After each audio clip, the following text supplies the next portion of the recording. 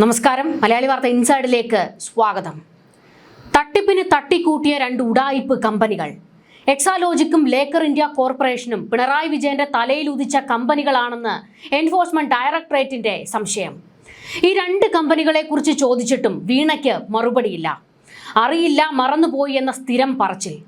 വീണയുടെ പേരിലാണ് കമ്പനി എന്നേ ഉള്ളൂ. എന്നാൽ ഇവിടെ കാര്യങ്ങൾ നിയന്ത്രിച്ചിരുന്നത് മറ്റാരൊക്കെയോ ആണ്. മാസപ്പടി കേസിൽ SFIOയുടെ അന്വേഷണം മുറുകിയപ്പോൾ ബംഗളൂരുവിലെ എക്സാലോജിക് എന്ന കമ്പനിക്ക് വീണ പൂട്ടിട്ടു. ഇപ്പോൾ കേരളത്തിൽ എൻഫോഴ്സ്മെന്റ് ഡയറക്ടറേറ്റ് അന്വേഷണം ശക്തമാക്കിയപ്പോൾ ലേക്കർ ഇന്ത്യ കോർപ്പറേഷനും പൂട്ടിക്കെട്ടി. ഈ രണ്ട് കമ്പനികളുടെയും ഇടപാടുകളിൽ അടിമുടി ദുരൂഹത. ഇതോടെ ഉയരുന്ന സംശയമാണ് ഈ രണ്ട് കമ്പനികളും പിണറായിയുടെ തലയിൽ ഉദിച്ച ബുദ്ധിയാണോ എന്ന്. വീണയുടെ ബംഗളൂരുവിലെ എക്സാലോജിക് എന്ന കമ്പനി മറ്റു കമ്പനികളായിട്ടൊന്നും അധിക ഇടപാട് നടത്തിയിട്ടില്ല. കർത്തയുടെ CMRLുമായിട്ടാണ് വഴിവിട്ട ബന്ധം നടന്നിരിക്കുന്നത്. കരിമണൽ ഖനനത്തിന്റെ ഇടപാടുകൾ ഈ കമ്പനി മറയാക്കി. ഈ അന്വേഷണം മുറുകിയപ്പോഴാണ് ലേക്കർ ഇന്ത്യ എന്ന മറ്റൊരു കമ്പനിയുടെ വിവരവും കൂടി പുറത്തു വന്നത്. വീണ ടിക്ക് പങ്കാളിത്തമുള്ള Laker India corp panchayat licence ഇല്ലാതെയാണ് പ്രവർത്തിച്ചത് എന്ന റിപ്പോർട്ടും പുറത്തു വന്നിട്ടുണ്ട്. അതായത് ലൈസൻസ് പോലും ഇല്ലാതെ അനധികൃതമായിട്ടാണ് കമ്പനി പ്രവർത്തിച്ചിരുന്നതെന്ന്. നടപടി രേഖകളിലെ പൊരുത്തക്കേടിനെ തുടർന്നാണ് ഒളവണ്ണ പഞ്ചായത്ത് ലൈസൻസിനുള്ള അപേക്ഷ മടക്കിയത്. കമ്പനി രേഖകളിൽ ഉടമകൾ ടി വീണയും ഡോക്ടർ അനീസ് കോടമ്പിയത്തും ആണെന്നിരിക്കെ വാടക കരാറിൽ അനീസിന്റെ പേര് മാത്രമാണ് ഉണ്ടായിരുന്നത്. വീണയുടെ പേര് കൂടി വേണമെന്ന് അധികൃതർ ആവശ്യപ്പെടുകയായിരുന്നു. 3 വർഷം മുൻപാണ് കമ്പനി തുടങ്ങിയതെങ്കിലും ഈയിടെ മാത്രമാണ് ലൈസൻസിന് അപേക്ഷിച്ചത്. രേഖകൾ ക്രമപ്പെടുത്താനുള്ള നീക്കമെന്നായിരുന്നു സംശയം. പിണറായി വിജയൻ മുഖ്യമന്ത്രിയായിരിക്കെ തന്നെയാണ് ലേക്കർ ഇന്ത്യ കോർപ്സ് തുടങ്ങിയത്. വാടക കെട്ടിടത്തിന്റെ മുകൾ നിലയിലെ ഒറ്റമുറിയിൽ തുടങ്ങിയ ഒരു കമ്പനി. സ്ഥാപനത്തിന്റെ പേരാകട്ടെ വെള്ളക്കടലാസിൽ എഴുതി ഒട്ടിച്ച നിലയിലായിരുന്നു. കമ്പനി പ്രവർത്തനവുമായി ബന്ധപ്പെട്ട് പുറത്തുവരുന്ന കൂടുതൽ വിവരങ്ങൾ തട്ടിപ്പിന്റെ സ്വഭാവം വെളിപ്പെടുത്തുന്ന തരത്തിലാണ്. കെട്ടിട ഉടമ മുഹമ്മദ് അലിയുടെ മൊഴി പ്രകാരം 3 വർഷം മുൻപാണ് ഡോക്ടർ അനീസിന്റെ പേരിൽ മുറി വാടകയ്ക്ക് നൽകിയത്. മെഡിക്കൽ ഉപകരണങ്ങൾ സൂക്ഷിക്കാനുള്ള മുറി എന്ന നിലയിലാണ് സ്ഥലം വാടകയ്ക്ക് നൽകിയതെന്ന് ഇദ്ദേഹം പറയുന്നുണ്ട്. വീണ വിജയനാണ് സ്ഥാപനത്തിന് പിന്നിലെന്ന് അറിയാമായിരുന്നെങ്കിൽ കെട്ടിടം വാടകയ്ക്ക് നൽകില്ലായിരുന്നു എന്നും ഇയാൾ പറയുന്നുണ്ട്. 2023 ലേക്കർ ഇന്ത്യ കോർപ്പ് ആരംഭിച്ചത്. പങ്കാളിത്ത സ്ഥാപനമായി രജിസ്റ്റർ ചെയ്തിരിക്കുന്നത് വീണയുടെ പേരിലാണ്. Office, warehouse, depot, retail, wholesale ബിസിനസ്സുകൾ എന്നിവയാണ് സ്ഥാപനത്തിന്റെ പ്രധാന പ്രവർത്തനങ്ങളായി രേഖപ്പെടുത്തിയിട്ടുള്ളത്. എന്നാൽ രേഖകളിൽ പറയുന്ന പ്രവർത്തനങ്ങൾക്ക് അനുയോജ്യമായ സംവിധാനങ്ങളൊന്നും ഒറ്റമുറി സ്ഥാപനത്തിൽ പ്രകടമല്ല എന്നതും ശ്രദ്ധേയമാണ്. വീണയുടെ വീട്ടിൽ നടത്തിയ പരിശോധനയിൽ ലഭിച്ച രേഖകളിലൂടെയാണ് ലേക്കർ ഇന്ത്യ കോർപ്പിനെ കുറിച്ചുള്ള വിവരങ്ങൾ ഇഡിക്ക് ലഭിച്ചത്. മാസപ്പടി കേസുമായി ബന്ധപ്പെട്ട് വീണയുടെ സാമ്പത്തിക ഇടപാടുകളിൽ അന്വേഷണം ശക്തമാകുന്നതിനിടെയാണ് സ്ഥാപനത്തിന്റെ പ്രവർത്തനവും സാമ്പത്തിക ഇടപാടുകളും സംബന്ധിച്ച വിവരങ്ങൾ പുറത്തു വന്നത്. ലേക്കർ ഇന്ത്യ കോർപ്പിന്റെ സാമ്പത്തിക ഇടപാടുകൾ, പ്രവർത്തനം, പങ്കാളിത്തം എന്നിവ അന്വേഷണത്തിന്റെ ഭാഗമായി ഇഡി പരിശോധിച്ചു വരികയാണ്. സ്ഥാപനത്തിന്റെ യഥാർത്ഥ പ്രവർത്തനവും സാമ്പത്തിക ഇടപാടുകളുടെ സ്വഭാവവും സംബന്ധിച്ച് കൂടുതൽ വ്യക്തത പരിശോധനയിലൂടെ മാത്രമേ ലഭിക്കുകയുള്ളൂ. ഒരു സംരംഭം തുടങ്ങാൻ എല്ലാ പേപ്പറുകളും കൊണ്ട് ലൈസൻസിന് വേണ്ടി സർക്കാർ സ്ഥാപനങ്ങളിൽ കയറിയിറങ്ങുന്ന എത്രയോ മനുഷ്യന്മാരുണ്ട്. അവരെ എല്ലാവരെയും ചുവപ്പ് നാടയിൽ കെട്ടിയിടുന്നിടത്താണ് മുഖ്യമന്ത്രിയായിരുന്ന പിണറായിയുടെ മകൾ ലൈസൻസ് പോലും ഇല്ലാതെ ഒരു സ്ഥാപനം നടത്തിയത്. ഇടപാടുകൾ നടത്തിയിരുന്ന ഈ കമ്പനി പിണറായി ഭരണകാലത്ത് സർക്കാരുമായി എന്തെങ്കിലും ഇടപാട് നടത്തിയിട്ടുണ്ടോ എന്നും പരിശോധിക്കണമെന്ന ആവശ്യമാണ് ശക്തമാകുന്നത്. ഇവിടെ ശ്രദ്ധിക്കേണ്ട ഏറ്റവും പ്രധാനപ്പെട്ട കാര്യം, വീണ തുടങ്ങിവെച്ച എക്സാലോജിക്, ലേക്കർ ഇന്ത്യ എന്നീ രണ്ട് കമ്പനികളും വലിയ മെച്ചമൊന്നും ആയിരുന്നില്ല. എന്നിട്ടും പിണറായി വിജയൻ മുഖ്യമന്ത്രിയായിരുന്ന കാലത്തൊക്കെ ഈ കമ്പനി വീണ നടത്തിക്കൊണ്ടുപോയി. ഒടുക്കം കേസിൽ മൂക്കും കുത്തി വീണപ്പോഴാണ് രണ്ട് കമ്പനികൾക്കും ഷട്ടർ ഇട്ടിരിക്കുന്നത്. മാത്രമല്ല, ലേക്കർ ഇന്ത്യ എന്ന കമ്പനിയെക്കുറിച്ചുള്ള വിവരങ്ങൾ മറച്ചുവെക്കുകയും ചെയ്തു. കമ്പനി തുടങ്ങിയ വീണയ്ക്ക് ഈ രണ്ട് കമ്പനികളുടെ പ്രവർത്തനത്തെക്കുറിച്ചും ഒന്നും അറിയില്ല. അപ്പോൾ ആരാണ് ഈ കമ്പനിയുടെ വളയം പിടിച്ചത് എന്നുള്ള ചോദ്യമാണ് ശക്തമാകുന്നത്. എൻഫോഴ്സ്മെന്റിന്റെ ഈ സംശയങ്ങൾക്ക് കൃത്യമായ മറുപടി കൊടുക്കാൻ കഴിയാത്തിടത്തോളം ഇഡിയുടെ റഡാറിൽ തന്നെയായിരിക്കും വീണ വിജയൻ. ഇവിടെ കമ്മികൾ വന്ന് ഘോരം വാദിക്കുന്നുണ്ട്, വേട്ടയാടലാണ് എന്ന് പറഞ്ഞുകൊണ്ട്. അങ്ങനെയാണെങ്കിൽ കൊടുക്കാൻ ശ്രമിക്കുകയാണെങ്കിൽ ED ചോദിക്കുന്ന തെളിവുകൾ, രേഖകൾ കൊടുക്കാൻ എന്തുകൊണ്ട് വീണ വിജയന് കഴിയുന്നില്ല? അവരുടെ പേരിൽ തുടങ്ങിയ 2 കമ്പനികളാണല്ലോ. ആ കമ്പനികളെക്കുറിച്ചുള്ള വിവരങ്ങൾ പോലും പറയാൻ എന്തുകൊണ്ട് വീണയ്ക്ക് കഴിയുന്നില്ല? നിയമസഭയിൽ എഴുന്നേറ്റ് നിന്ന് കൈകൾ ഉയർത്തിപ്പിടിച്ചാണ് പിണറായി വിജയൻ അന്നൊരു ഡയലോഗ് അടിച്ചത്. ഈ കൈകൾ ശുദ്ധമായതുകൊണ്ടാണ് ശുദ്ധമെന്ന് പറയുന്നത് എന്നൊക്കെ. എങ്കിൽ അന്വേഷണത്തോട് സഹകരിക്കുകയല്ലേ ചെയ്യേണ്ടത്? അല്ലാതെ ആദ്യ പിടിച്ച് പാർട്ടിയെ കൂട്ടുപിടിക്കുന്നത് എന്തിനാണ്? കമലയുടെ പെൻഷൻ കാശിനാണ് വീണ ബംഗളൂരുവിൽ എക്സാലോജിക് എന്ന കമ്പനി തുടങ്ങിയത് എന്നായിരുന്നു പിണറായി വിജയൻ നിയമസഭയിൽ പറഞ്ഞത്. എന്നിട്ടും ആ കമ്പനിയിൽ ED കൈവച്ചപ്പോൾ മുതൽ പിണറായിക്ക് ഉറക്കമില്ല. അനധികൃതമായിട്ടൊന്നും നടന്നിട്ടില്ലെങ്കിൽ, സംഭവിച്ചിട്ടില്ലെങ്കിൽ എന്തിനാണ് ഇത്ര ആദ്യ പിടിക്കുന്നത്? ഈ 2 കമ്പനികൾ ഉണ്ടായിരുന്നിട്ടും വീണയ്ക്ക് അതിൽ നിന്ന് വലിയ ലാഭമൊന്നും കിട്ടിയിരുന്നില്ല. കമ്പനി പ്രവർത്തനങ്ങളിൽ നിന്ന് EDക്ക് കിട്ടിയ തെളിവാണത്. പക്ഷേ കോടികൾ വീണയുടെ അക്കൗണ്ടിലേക്ക് എത്തിയിട്ടുണ്ട്. അതിൻ്റെ സോഴ്സ് ചോദിക്കുമ്പോൾ വീണ കൈമലർത്തുന്നു. ഈ ലക്ഷങ്ങൾ റിയാസിലേക്കും സുഹൃത്തുക്കളിലേക്കും വീണയുടെ അക്കൗണ്ടിൽ നിന്ന് പോയി എന്നാണ് ED പറയുന്നത്. അതിൻ്റെ സോഴ്സ് ചോദിക്കുമ്പോഴും വീണ കൈമലർത്തുന്നു. ചോദ്യം ED ആവർത്തിക്കുമ്പോൾ ഉടനെ പിണറായി എന്നെ വേട്ടയാടുന്നേ എന്ന് പറഞ്ഞ് പാർട്ടിക്കാരെ വിളിച്ചു കൂട്ടുന്നു. വീണയെ ചോദ്യം ചെയ്യുന്നത് എങ്ങനെയാണ് പാർട്ടിയെ വേട്ടയാടലാകുന്നത്? കോടിയേരി ബാലകൃഷ്ണന്റെ വിഷയം വന്നപ്പോൾ ഇങ്ങനെ ആയിരുന്നില്ലല്ലോ പാർട്ടി പ്രതികരിച്ചത്. കോടിയേരി ബാലകൃഷ്ണന്റെ മക്കൾക്കെതിരെ വിവാദവും കേസും ഒക്കെ വന്ന സമയത്ത് പാർട്ടി എടുത്തിരുന്ന തീരുമാനം അവർ അതിനെ നേരിടട്ടെ എന്നായിരുന്നു. അന്ന് പദവി പോലും രാജിവെച്ച് കോടിയേരി മാറി നിൽക്കാനുള്ള ഒരു മാന്യതയെങ്കിലും കാണിച്ചു. പക്ഷെ പിണറായി വിജയൻ മകളുടെ കാര്യത്തിൽ പാർട്ടിയെ കൂട്ടുപിടിക്കുകയാണ്. കേസിൽ വീണയെ ചോദ്യം ചെയ്യാൻ ഒരുങ്ങുകയാണ് അന്വേഷണ സംഘം. ഹാജരാകാൻ ആവശ്യപ്പെട്ട് സമൻസ് ഉടൻ അയക്കാനാണ് തീരുമാനം.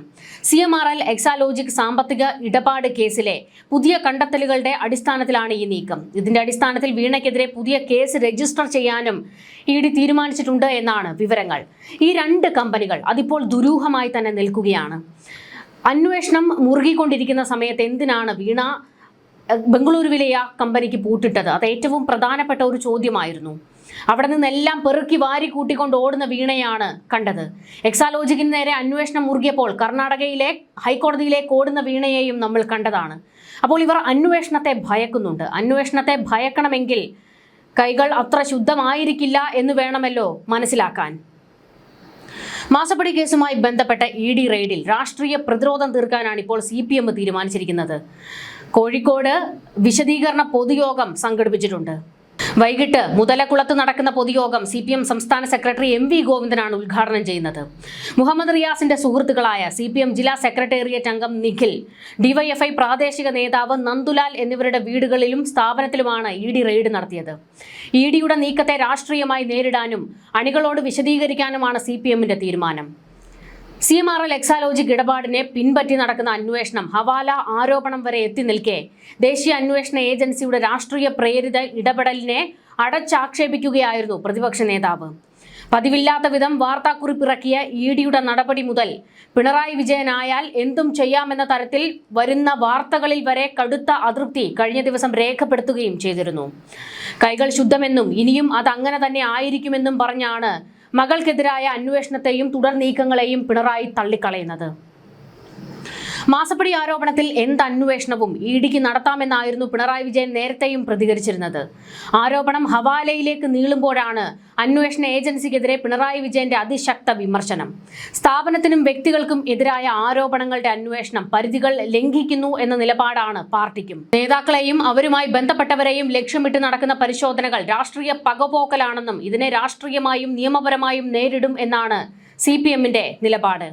പാർട്ടി എന്തിനാണ് ഇതിന് കുട പിടിക്കുന്നത് എന്നുള്ള ചോദ്യം ഇപ്പോൾ പാർട്ടിക്കാരിൽ ഒരു വിഭാഗം തന്നെ ഉയർത്തുന്നുണ്ട്. വീണ വിജയനെതിരെയാണ് അന്വേഷണം നടക്കുന്നത്. വീണയുടെ ബാങ്ക് അക്കൗണ്ടുകൾ പരിശോധിച്ചതിൽ ചില സംശയം തോന്നിയതിന്റെ അടിസ്ഥാനത്തിലാണ് മുഹമ്മദ് റിയാസിലേക്കും സുഹൃത്തുക്കളിലേക്കും അന്വേഷണം പോകുന്നത്. അതായത് വീണയുടെ അക്കൗണ്ടിൽ നിന്ന് ഇവരിലേക്ക് പണം എത്തിയിട്ടുണ്ട്. അതിന്റെ സോഴ്സ് ആണ് ED അന്വേഷിക്കുന്നത്. അനധികൃതമായി സമ്പാദിച്ച പണമാണോ ഇവരിലേക്ക് പോകുന്നത് എന്നുള്ളത് തിരിച്ചറിയുന്നതിന് വേണ്ടിയാണ് റെയ്ഡും അവരെ വിളിച്ച് മൊഴി രേഖപ്പെടുത്തുകയും ചെയ്തത്. ഇതിനെന്തിനാണ് പാർട്ടിക്ക് ഇത്ര പൊള്ളൽ എന്നാണ് മനസ്സിലാകാത്തത്. എന്തായാലും പാർട്ടി ഇപ്പോൾ വല്ലാതെ അങ്ങ് വെറി പിടിച്ച് നിൽക്കുകയാണ്. പിണറായി വിജയന്റെ മകൾക്കെതിരെ അന്വേഷണം വരുമ്പോഴൊക്കെ പാർട്ടിയെ ഇറക്കി അതിനെ പ്രതിരോധിക്കാനാണ് പിണറായി ശ്രമിച്ചുകൊണ്ടിരിക്കുന്നത്. എന്തായാലും ഇവിടെ ഉയരുന്ന മറ്റൊരു സംശയം, അതായത് സാധാരണക്കാരായ മനുഷ്യർക്ക് എല്ലാവർക്കും ഉയരുന്ന ഒരു സംശയം, ED ഇവിടെ രാഷ്ട്രീയം കളിക്കുന്നുണ്ടോ എന്നുള്ളൊരു ചോദ്യമാണ്. അത് വീണയ്ക്കെതിരെ അന്വേഷണം നടത്തുന്നത് കൊണ്ടല്ല, മറിച്ച് കരിമണൽ കർത്തയുടെ ആ ഡയറിയിൽ മറ്റൊരുപാട് പേരുകളുണ്ട്. ആ പേരുകളിലേക്കൊന്നും അന്വേഷണം പോകാത്തത് എന്തുകൊണ്ടാണ്? അതായത് ഈ സർക്കാരിൽ ഇപ്പോൾ മന്ത്രിമാരായിരിക്കുന്ന ചിലരിലേക്ക് അന്വേഷണം പോകേണ്ടതുണ്ട്. കരിമണൽ കർത്തയിൽ നിന്ന് പലരും അനധികൃതമായി പണം കൈപ്പറ്റിയിട്ടുണ്ട്, അത് മുഖ്യധാരാ മാധ്യമങ്ങൾ ഉൾപ്പെടെ. എന്നാൽ അവരിലേക്കൊന്നും അന്വേഷണം കൊണ്ടുപോകാതെ പിണറായി വിജയനിലും മകളിലും മാത്രം അന്വേഷണം ചുരുക്കുന്നത് എന്തുകൊണ്ടാണ് എന്നുള്ളൊരു സംശയം നമ്മൾക്ക് ഉദിക്കുന്നുണ്ട്. അവിടെയാണ് ED ഇതിൽ രാഷ്ട്രീയം കളിക്കുന്നുണ്ടോ, കേന്ദ്ര സർക്കാർ ഒരു രാഷ്ട്രീയ കളിയാണോ ഇവിടെ പുറത്തെടുക്കുന്നത് എന്നുള്ള സംശയം ഉയരുന്നത്. വീണ വിജയനെതിരെ നടക്കുന്ന അന്വേഷണം കൃത്യമായ രീതിയിൽ തന്നെയാണ് മുൻപോട്ട് പോകുന്നത്. കാരണം കിട്ടുന്ന തെളിവുകളുടെ അടിസ്ഥാനത്തിലാണ് എല്ലാവരെയും ചോദ്യം ചെയ്യാൻ വിളിപ്പിക്കുന്നത്. വീണ ഇതുവരെ ഈ വിഷയത്തിൽ കൃത്യമായ ഒരു മറുപടി എൻഫോഴ്സ്മെന്റ് ഡയറക്ടറേറ്റിന് കൊടുത്തിട്ടില്ല. അതുകൊണ്ട് തന്നെയാണ് അവരെ വീണ്ടും വീണ്ടും ചോദ്യം ചെയ്യലിന് വിളിപ്പിക്കാനിരിക്കുന്നത്. ഇതിപ്പോൾ റിയാസിലേക്കും സുഹൃത്തുക്കളിലേക്കുമൊക്കെ അന്വേഷണം പോകുന്നതോടെയാണ് ഇത് പാർട്ടിയെ വേട്ടയാടാനാണ് എന്നുള്ള ഒരു പ്രതീതി ഉണ്ടായിരിക്കുന്നത്. മാത്രമല്ല പിണറായി വിജയൻ അതിനെ അങ്ങനെയാക്കി വ്യാഖ്യാനിക്കുകയാണ്, പാർട്ടിയെ വേട്ടയാടുന്നു എന്നുള്ള തരത്തിൽ. വീണയ്ക്ക് കൂടുതൽ കമ്പനികളിൽ പങ്കാളിത്തം ഉണ്ടോ എന്നതിനെക്കുറിച്ചും വിദേശ സാമ്പത്തിക ഇടപാടുകളെക്കുറിച്ചും ED വിശദമായി പരിശോധിച്ചു വരികയാണ്. വരുമാനത്തിനപ്പുറം വീണ വലിയ തോതിൽ പണം കൈകാര്യം ചെയ്തതിൽ ദുരൂഹതയുണ്ടെന്നാണ് EDയുടെ വിലയിരുത്തൽ. കേസുമായി ബന്ധപ്പെട്ട് ഓണത്തിന് ശേഷമായിരിക്കും ED ചോദ്യം ചെയ്യൽ നടപടികളിലേക്ക് കടക്കുക. വീണയ്ക്കും മുഹമ്മദ് റിയാസിനും അദ്ദേഹത്തിന്റെ സുഹൃത്തുക്കൾക്കും ഉടൻ തന്നെ ചോദ്യം ചെയ്യലിനായി ED നോട്ടീസ് നൽകിയേക്കും. ചോദ്യം ചെയ്യലിന് മുന്നോടിയായി ശക്തമായ തെളിവുകൾ ശേഖരിക്കാനുള്ള ശ്രമത്തിലാണ് അന്വേഷണ സംഘം. കേരളത്തിലും ബംഗളൂരുവിലുമായി ഇതിനോടകം അന്വേഷണം വ്യാപിപ്പിച്ചിട്ടുണ്ട്. കഴിഞ്ഞ മെയ് 27-ന് നടത്തിയ റെയ്ഡുകളിൽ സാമ്പത്തിക ഇടപാടുകൾ സംബന്ധിച്ച് എഴുതി വെക്കപ്പെട്ട ചില നിർണായക രേഖകൾ ED കണ്ടെടുത്തിരുന്നു. വീണയും റിയാസിന്റെ സുഹൃത്തുക്കളും തമ്മിൽ നടത്തിയ സാമ്പത്തിക ഇടപാടുകളുടെ വിവരങ്ങൾ ഈ രേഖകളിൽ അടങ്ങിയിട്ടുണ്ട് എന്നാണ് ED വ്യക്തമാക്കുന്നത്. വരുമാന സ്രോതസ്സിനപ്പുറം ഏതാണ്ട് 20 കോടിയോളം രൂപയുടെ ഇടപാടുകൾ ഇവർ കൈകാര്യം ചെയ്തതായിട്ട് വ്യക്തമായിട്ടുണ്ട്.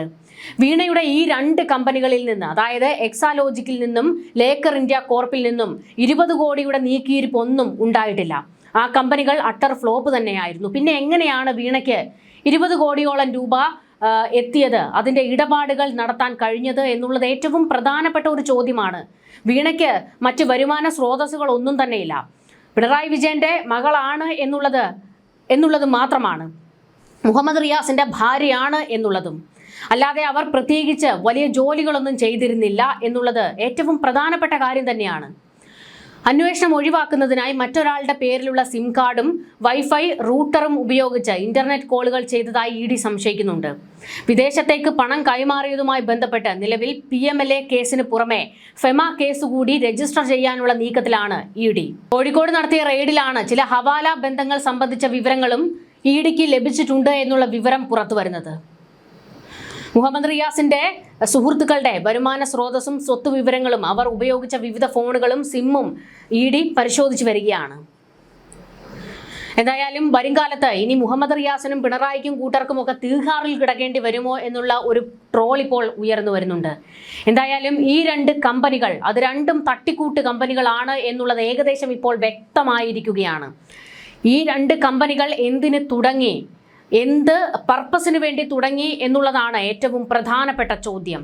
ഇത് പിണറായി വിജയന്റെ ആ കുരുട്ട് ബുദ്ധിയിൽ ഉദിച്ചതാണോ എന്നുള്ള സംശയവും അവിടെയാണ് ഉയരുന്നത്. ന്യൂസ് ഡെസ്ക് മലയാളി വാർത്ത ഇൻസൈഡ്.